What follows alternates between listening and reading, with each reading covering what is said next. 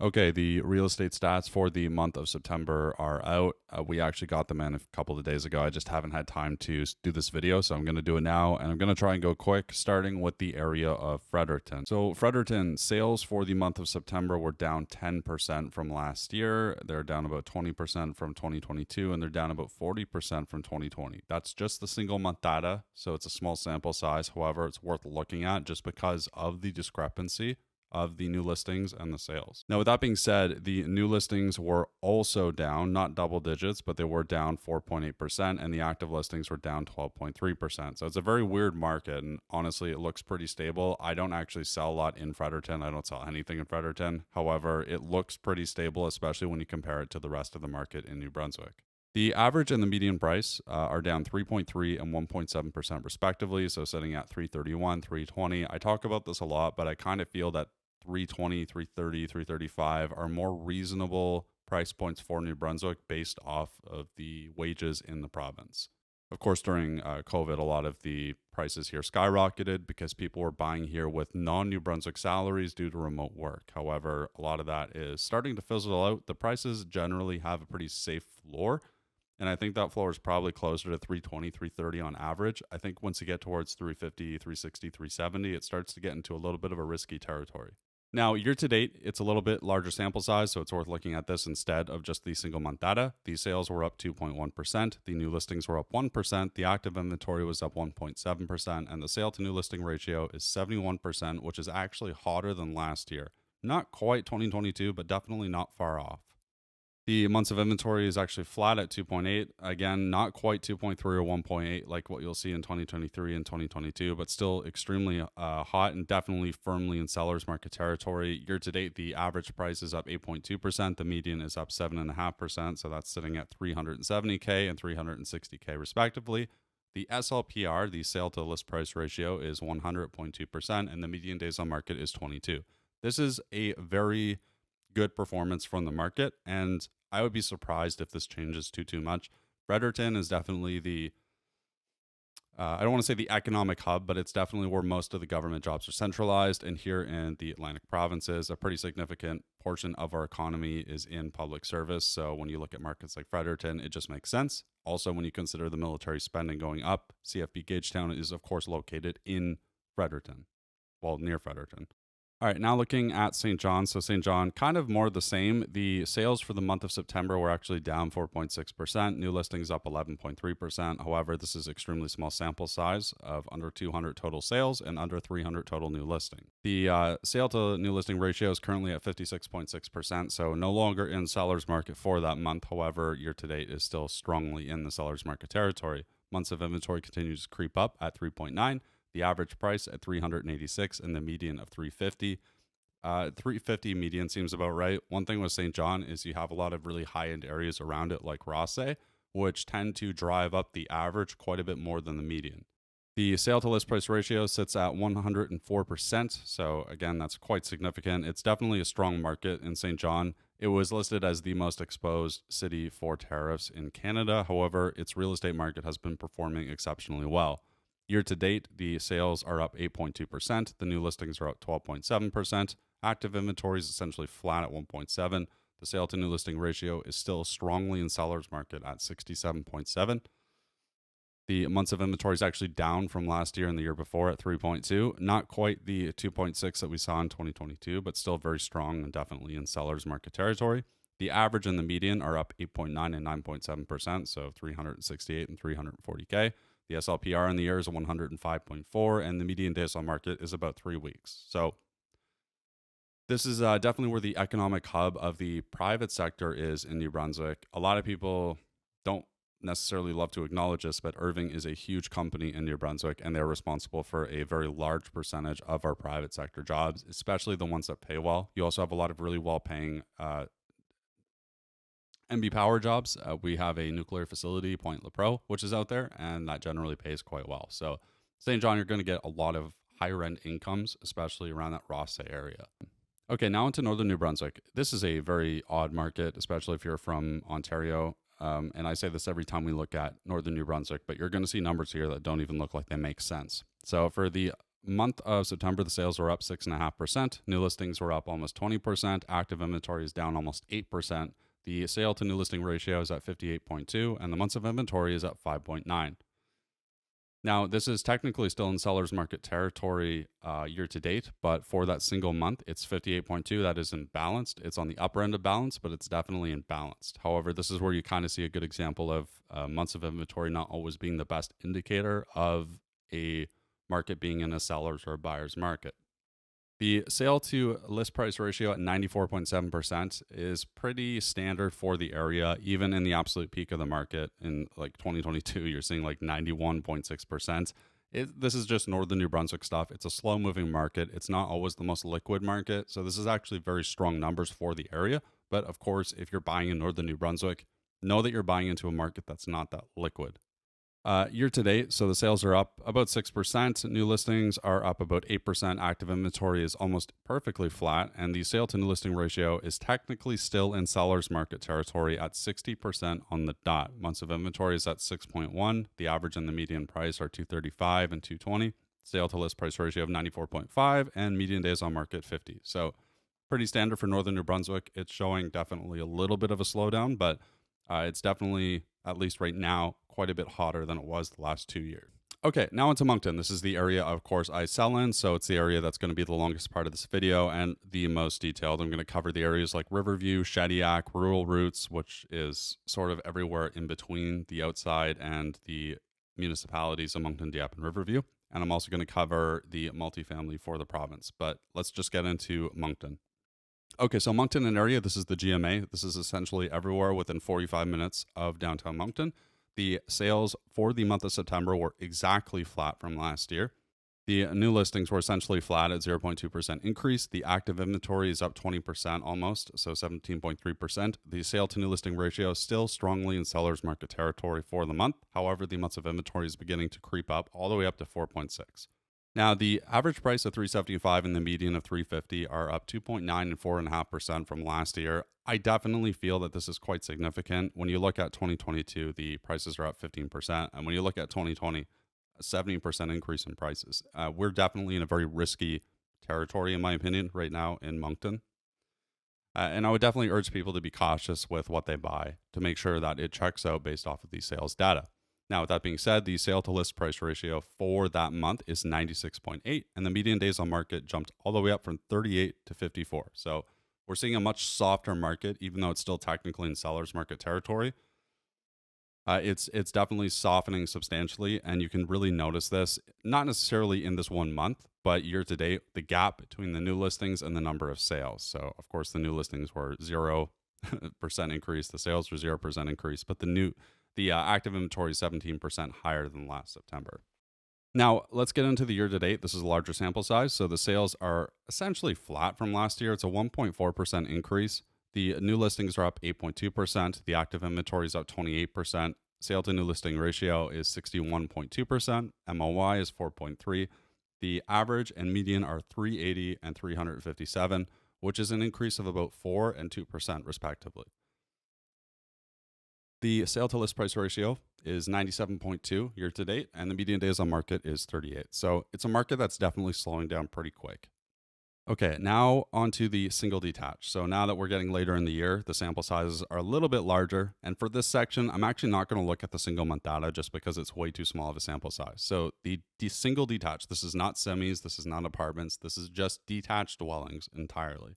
So the sales are up 5.7%. The new listings are up almost 10%. Active listings are up 25%. It's still strongly in seller's market territory at 61%. MOI 4.2. I won't read all of these stats. You can kind of follow along on the screen, but essentially it is still in seller's market territory. It's a little bit softer than some people might expect, but it's definitely still a strong market. If you're selling a detached home, you should do generally pretty well right now. Okay, now onto the semi-detached. So a semi-detached, it's if you're from Ontario or Vancouver, a lot of people call them townhouses or duplexes. They're not duplexes. Duplexes is 2 units. A semi-detached is essentially half of a duplex or a townhouse with only 2 units. That's the best way to look at it if you're coming from another province and you're used to things like apartments, townhouses, and condos. Now, year to date, The sales are down 14.9%. The new listings are down 2%. Active listings are up 43.4%. Now, I will definitely mention here this is a small sample size. We're talking 309 total sales and we're talking 98 total active listings. However, it is worth noting because the percentages, of course, they're huge. And the gap between new listings and sales is widening more and more. The MOI jumped up from 1.7 to 2.9. Of course, the average and the median price are essentially up 2.3 and 0.3%, which is more or less flat. The SLPR is 99.3 and the median days on market is 30. I've been talking about this one for a while, but I felt that the semi-detached in Moncton were extremely volatile based off the prices. We kind of saw what I thought was the floor in the second half of 2022. And for whatever reason, over the last 24 months, a lot of these semi-detached have actually pushed to new highs. And what do I mean by that? Well, if you're buying like a 2009 semi-split in the North End, if you bought that in 2022, you would have paid probably anywhere between $275 on the very low end, all the way up to maybe $315. If it was a very nice house. However, now over the last 24 months, we've seen those exact same houses basically go up 25 to 30K each. So a really nice one could go all the way up to 325, 330, maybe a little bit more. And even the bad ones will generally still hit 300K. There was really no reason for this too, because if you drive across Moncton, like the Moncton areas, you're going to notice a lot of new constructions. And a lot of those new constructions are either townhouses, so streets like Elsinger, and a lot of them are also just semi-splits. And you can actually buy brand new for essentially the same price of a 10 or 15-year resale. So it didn't really make sense. And I think this is kind of just reality beginning to set in. Now, with that being said, it really is two markets. If you're buying a 2-story semi or if you're buying a semi-split, it's different. If you're buying something with a garage or an ensuite or an upscale or a newer one, they're very different. The ones that I found were the most inflated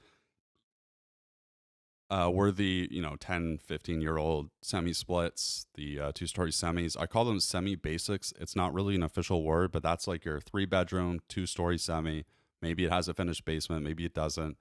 3-bedroom, 1.5 bath, maybe 2.5 bath. You see them a lot, basically everywhere in the North End. Streets like, Clarendon, Senezi, Gagnon, the East End, etc. But they're very common. You see a lot of them. And I found that they definitely got inflated, probably more than anything else in the Moncton market after the peak. Okay, now let's look at Dieppe. So again, we're getting into really small sample sizes here. So the sales were down 9.1%. New listings are up 5.3%. Active inventory is up almost 50%. Sale to new listing ratio 64. So still seller's market territory. MOI at 3.6. The average and median 425, 388. Now, like St. John with Rothsay, Dieppe is home to an area called Fox Creek, which has the most high-end homes that you're going to find outside of the Rothsay area in the province. So that will generally drive up the average quite a bit and not affect the median quite as much. So the sale to list price ratio is still pretty strong, 98.9%. And of course, the median days on market's on the year 33. So it's still a pretty strong market. I'm very optimistic of Dieppe. If Dieppe continues to soften like this, that might be the number one market in the province to jump on. Now, of course, it just depends what you're buying. You don't want to overpay for anything, but if you're going to overpay for one thing, Dieppe is probably the place to do it. Okay, now on to Moncton. So Moncton is essentially all the way up until Main Street turns into Champlain Street. So the mall is, of course, in Dieppe. So everywhere before that, and then Riverview is on the other side of the bridge. So Moncton is essentially that whole area in between, and of course, not too far outside the city. So this includes everything from the East End, Center, areas like Birchmount, both hospital areas, the North End, the West End by Salisbury Road. It's a very large area, and it encompasses a lot of high-end and kind of mid-tier areas. Now, with that being said, so I'm just going to look at the year-to-date because the single-month data is very small, 115 sales. We can't really extrapolate a lot from that small sample size, so we're just going to go year-to-date. Sales, 4.4% increase. New listings up 11%. Active inventory up 37%. Sale to new listing ratio, more or less the same as last year. And MOI 3.4, so that's actually up almost a full month. And the average 401, the median 375, kind of flat. It's 1.5%, 3% increase. That's roughly what a real estate market should look like every year. 1.5 to 3% increase, best case scenario. 5% really if you're lucky, but anything above 5 or even 10% is a very high risk market in my opinion. Okay, median days on market, 32. So it's a market in the Moncton area that really just depends what you're selling, where you're selling, and what time of year you're selling it, because it's much different to sell in the month of like, February, March, April than it is to sell in like June, July, August. Okay, now outside. So outside, this includes areas like Rogersville, Adamsville, Bouctouche, Cookang, all those sort of areas that are just outside of the city. These are markets that even back in like 2017 and 18 were quite hot. Irishtown doesn't technically fall under this. Irishtown is rural routes, so anything past Irishtown would be considered outside. Shediac would be considered outside as well. So sales basically flat, 1%. New listings basically flat, 2.2. Active inventory is up 15%. SNLR is 53%, so very consistent with the last couple of years. And you can really see this too. Even back in the peak, the outside markets have just kind of been consistently hot, but not overheated, generally speaking. So the average and the median, 6.8, 5.8. This is a market that generally looks to be more palatable, especially if you're looking for something more New Brunswick. So close to beaches, slower lifestyle, away from the city, lower property taxes. These have been in demand for a while. I don't know how much this market will change, but I would expect more of the same. 95% SLPR, median days on market 53, MOI 6. It's very balanced. It's been balanced for a long time. I would definitely not be too worried about what you buy in the rural areas. Just be careful though. Okay, now Shediac. Sales year to date are down 15%. New listings are down 8.3%. SNLR is 50%, so 10% away from being in a buyer's market. MOI 6.4, average 453, median 385. Now, Shediac, like a lot of areas, has a lot of high and lows, so it's really hard to make an assessment of what the price should be. You have cheap areas, you have mini homes, you have really nice luxury waterfront properties. It really depends what you buy. Generally, if you talk to a local in Shediac that's lived there a long time, you want to be on the side of Main Street with the water. There's nothing wrong with being on the other side, but it's much better if you can be closer to the water. Of course, with that being said, Shediac is a great biking and trail system, and as long as you're okay with just being close to the beaches and stuff, it's perfectly fine for you. There's actually a brand new school that's going up in Shediac, a new English high school, I believe. It has a lot to offer. It's definitely an area that I think people should consider a little bit more. It's, of course, further away. However, it's not really any further away from downtown than the North End is. Just be careful with what you buy and make sure what you buy checks out based off of the data. Consider what people generally look for when they want to be in Shediac. They want to be close to the water, so waterfront is definitely more valuable. They maybe want rural, so a larger lot size may be more appealing. But there's nothing wrong with having like a subdivision style house in Shediac. Just make sure what you pay makes sense. Okay, now into Riverview. So this is not super surprising. Riverview has been very affordable. Riverview has very low taxes compared to the other areas in the GMA. Of course, property taxes in New Brunswick are completely crazy, but Riverview is definitely more competitive with what you pay and what you get. Now, the sales are up 17%. New listings are up 25%. Active inventory is up 63%. SNLR is 69%. MOI 3, average and median 399 and 369. It's a very hot and consistent market.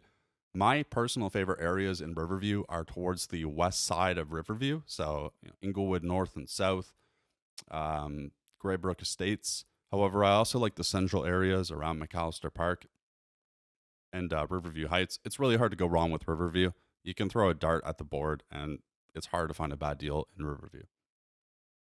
It's maybe the number one place for first-time buyers, in my opinion, as well. However, I would definitely caution people buying houses built in the 70s. It's not uncommon where you'll find things with aluminum wiring, potentially with some asbestos-containing materials, oftentimes in, could be the plaster, ceiling, could be in the floors. It's just something to know before you go into it.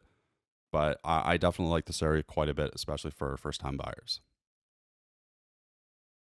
Okay, rural routes. This includes areas like Memram Cook, which is considered rural. Dieppe, Calhoun, Dover. I don't think Sackville is considered rural routes. I think Dorchester maybe is, and Irishtown is considered rural routes. Same with Stony Creek, Upper Coverdale.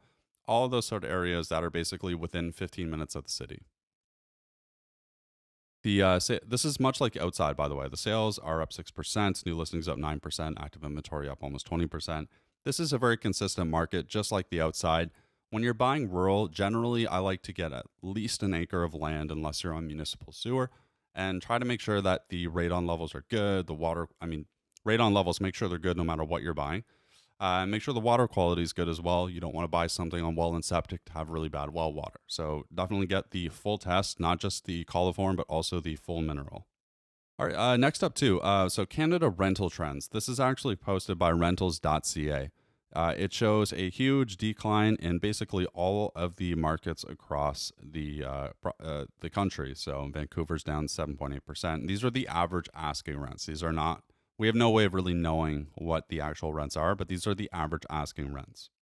And what you can see here actually is Halifax is down 1.2%. There was a chart posted, I think, by Ben Rabideau with Edge Analytics saying, I think it was 12% of all rental stock in Atlantic Canada was under construction in the last quarter of 2024. Definitely checks out. However, I can't really verify or validate that data, but we're starting to see a softening rental market in the Moncton area.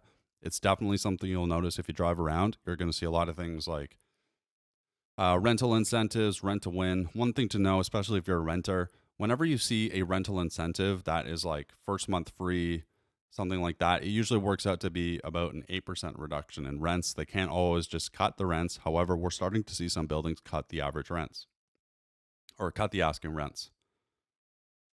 Now the multifamily data. So what I did is I went and I took the sales and the new listings over the last 10 years. So currently on the year, we're at 275 sales. So for multifamily, I checked off anything with 2 or more units and all the way up to 24 or over.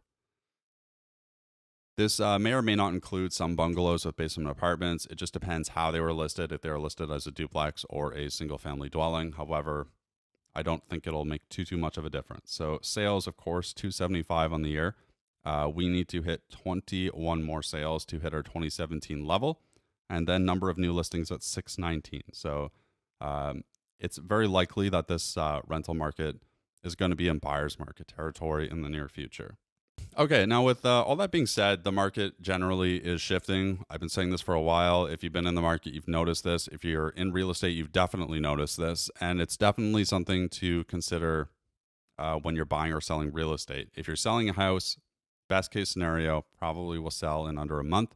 It's not uncommon to sell sooner. However, you want to make sure you're priced right. Multiple offers still do exist. It just depends on the area, the price point, the value proposition, and it's definitely not uncommon for those multiple offers to kind of emerge out of nowhere. So if you see something that's like well priced and you notice there's not a ton of activity on it, strike while the iron's hot. You might be able to get a good deal, but don't wait too long, because sometimes one other person might come and show it, and then you're in a two-way multiple offer, and that's just not fun. So just be careful with what you're buying. Make sure that you're decisive and quick, but make sure you are making calculated decisions based off of real data, and make sure whatever you buy, you're okay being there for at least 5-6 years.